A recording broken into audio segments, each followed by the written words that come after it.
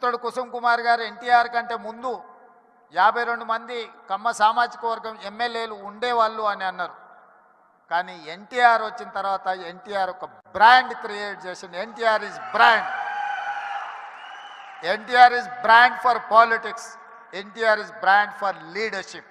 వారు ఇచ్చిన అవకాశాలతోని ఆ రాష్ట్రమైనా ఈ రాష్ట్రమైనా ఏ రాజకీయ పార్టీ అయినా ఈరోజు నాయకులు ఉన్నారు అని అంటే ఎన్టీఆర్ గారు ఆనాడు ఇచ్చిన అవకాశాలే.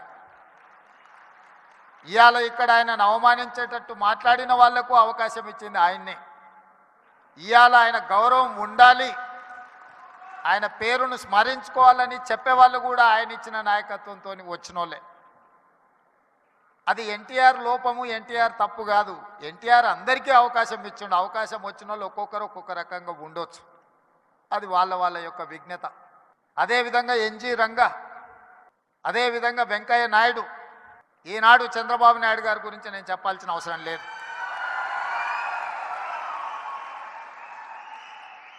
ఈ దేశంలో కాంగ్రెస్ పార్టీకి ఎదురే లేదు. బలమైన నాయకురాలుగా శ్రీమతి ఇందిరాగాంధీ గారిని ఎదుర్కొనే వాళ్ళే లేరు. అంత బలమైన నాయకత్వాన్ని అందిస్తున్నప్పుడు ఎన్టీ రామారావు గారు ప్రవేశపెట్టిన సంకీర్ణ రాజకీయాలే ఇవాళ దేశాన్ని ఏలుతున్న వాళ్లకు అవకాశాలు ఇచ్చినాయన్న సంగతి మరవకూడదు. రామ్మోహన్ రావు గారికి గుర్తుండి ఉండాలి, ఆనాడు తెలుగుదేశం భారతీయ జనతా పార్టీ పొత్తులో భాగంగా దేశంలో 2 సీట్లు బీజేపీ గెలిస్తే హనుమకొండ నుంచి పివి నరసింహారావు గారిని ఓడించిన బీజేపీ జంగారెడ్డి గారు తెలుగుదేశం మద్దతుతో గెలిచారు. దేశంలో 2 సీట్లు బీజేపీ గెలిచిన రోజు 1 సీటు గుజరాత్లో గెలిస్తే 2వ సీటు తెలంగాణలో తెలుగుదేశం పార్టీ ఎన్టీ రామారావు గారి మద్దతుతో గెలిచింది. నేషనల్ ఫ్రంట్ కావచ్చు, యునైటెడ్ ఫ్రంట్ కావచ్చు, ఎన్డీఏ కావచ్చు, ఎప్పుడెప్పుడు అధికారంలోకి వచ్చినా అప్పుడప్పుడు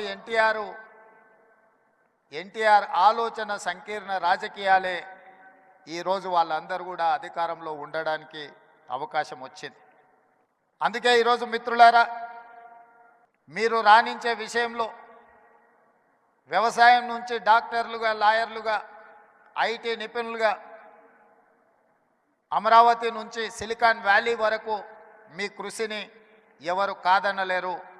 ఇవాళ సత్యనాదెన్ల నుంచి మొదలు పెడితే చాలామంది కొత్తగా వచ్చే పెద్ద పెద్ద మల్టీనేషనల్ కంపెనీలో సీఈఓలుగా మన వాళ్ళు చాలామంది ఉన్నారు.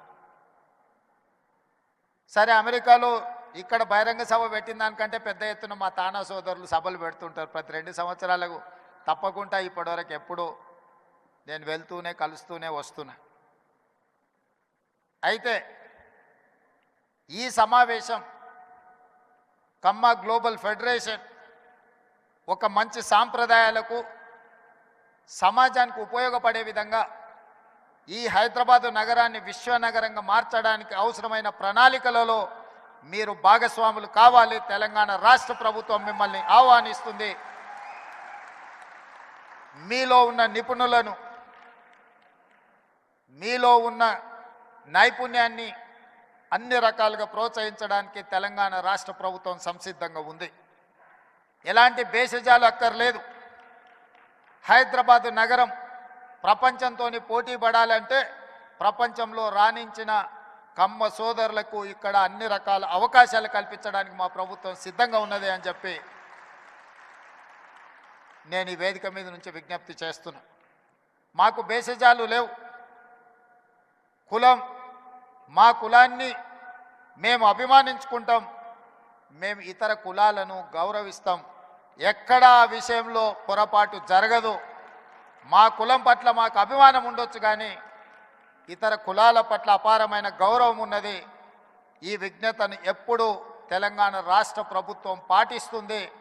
మా మిత్రుడు శ్రీనివాసరెడ్డి గారైనా, మా సోదరుడు కోమటిరెడ్డి వెంకటరెడ్డి గారైనా మేము ఈ సూత్రాన్ని ఎప్పుడు అమలు చేస్తూనే ఉంటాం. తెలంగాణ రాష్ట్రంలో వివక్ష ఉండదు.